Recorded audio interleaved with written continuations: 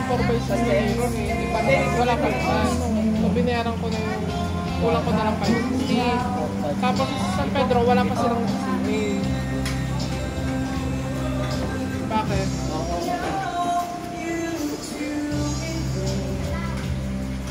Oo nga, tapos yung kay Onyo 5K siya. Kausapin mo na lang kung paano mga pag-video.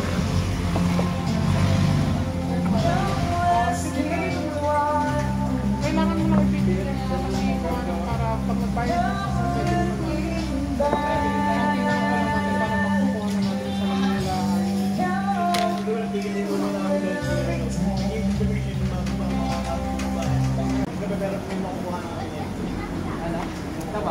Baka gusto ni Seki ito, oh.